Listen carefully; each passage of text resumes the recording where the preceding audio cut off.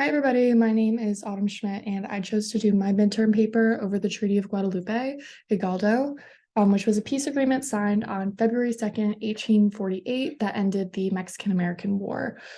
This treaty was signed by representatives of the United States as well as representatives of Mexico, and the treaty established the Rio Grande as the border between Mexico and Texas, which ceded the territories of California, Nevada, Utah, Arizona, New Mexico, and parts of Colorado, Wyoming, Kansas, and Oklahoma to the United States. So in exchange, the United States agreed to pay Mexico $15 million and assumed $3.25 million in debts owed by Mexico to the American citizens. So this treaty itself did have significant implications for both Mexico and the United States. For Mexico specifically, the treaty represented a significant loss of territory as well as a blow to its national pride. It also had profound consequences for the indigenous populations of the ceded territories who were forced to assimilate into American society or face displacement and marginalization. So for the United States, the treaty marked the accumulation of its westward expansion, as well as paving the way for the annexation of additional territories such as Alaska and Hawaii. So one of the main motivations behind the Mexican-American War was the subsequent treaty, and the subsequent treaty was the desire of American politicians and settlers to expand slavery into the newly acquired territories. However, the treaty itself did not explicitly address issues to slavery, leading to significant debate and controversy after the years that followed. So ultimately, the issues of slavery would contribute to the outbreak of the American Civil War. So for this paper, my main sources that I used to find research were Land of the Open Graves by De Leon, Slavery and the Mexican-American War by Fickelman, and the Treaty of Guadalupe. So Land of Open Graves is a book that focuses on the experiences of undocumented immigrants who crossed the US-Mexico border and the human rights violations that they face.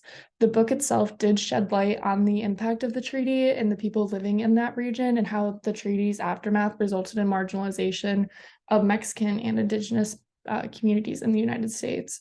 So The Slavery in the Mexican-American War by Fickelman is an article that explores the role in slavery as it led up to in the aftermath of the Mexican-American War.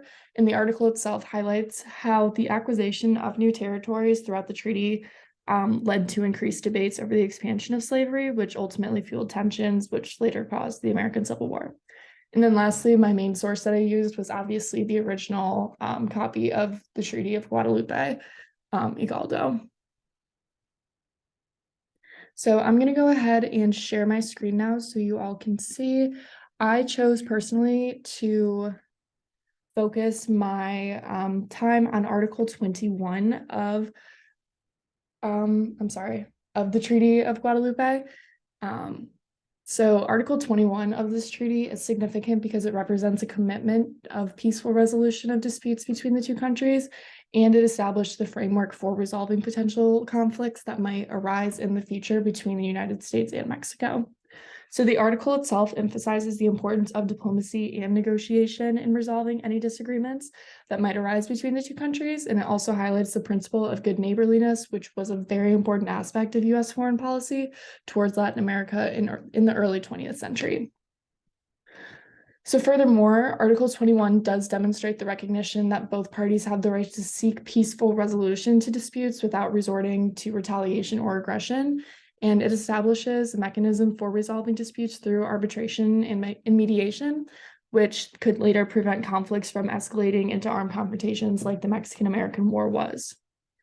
So overall, Article 21 definitely is a symbol of the importance of diplomacy, as well as good neighborliness and peaceful resolution of conflicts. And this still remains relevant and important principle in the modern international relations. So in conclusion, the Treaty of Guadalupe does represent a significant moment in U.S. history and a turning point for U.S. and Mexico relations. The treaty did mark the end of the Mexican-American War, and it did result in the United States acquiring a large amount of territory that later shaped our nation's future. Moreover, the treaty's Article 21 emphasized peaceful resolution and disputes of good neighborliness, established a framework for maintaining peaceful relations between the two countries. And today, the principles are enshrined in Article 21, continue to be relevant in modern international relations, as well as serving as a reminder of the importance of diplomacy and peaceful resolutions. So as we now reflect on the Treaty of Guadalupe Hidalgo, it is important to recognize the significance of this historic document and the lessons it does have to offer for our understanding of the past, present, and future. So as we move forward as a country, we must continue to work together, fostering the peaceful and respectful relationships with our neighbors and seek to resolve disputes through dialogue and cooperation. Overall, I personally really enjoyed this project. I found the history of it to be fascinating, and in the future, I hope to continue to learn more about this. So thank you everybody for listening, and I hope everybody has a great summer.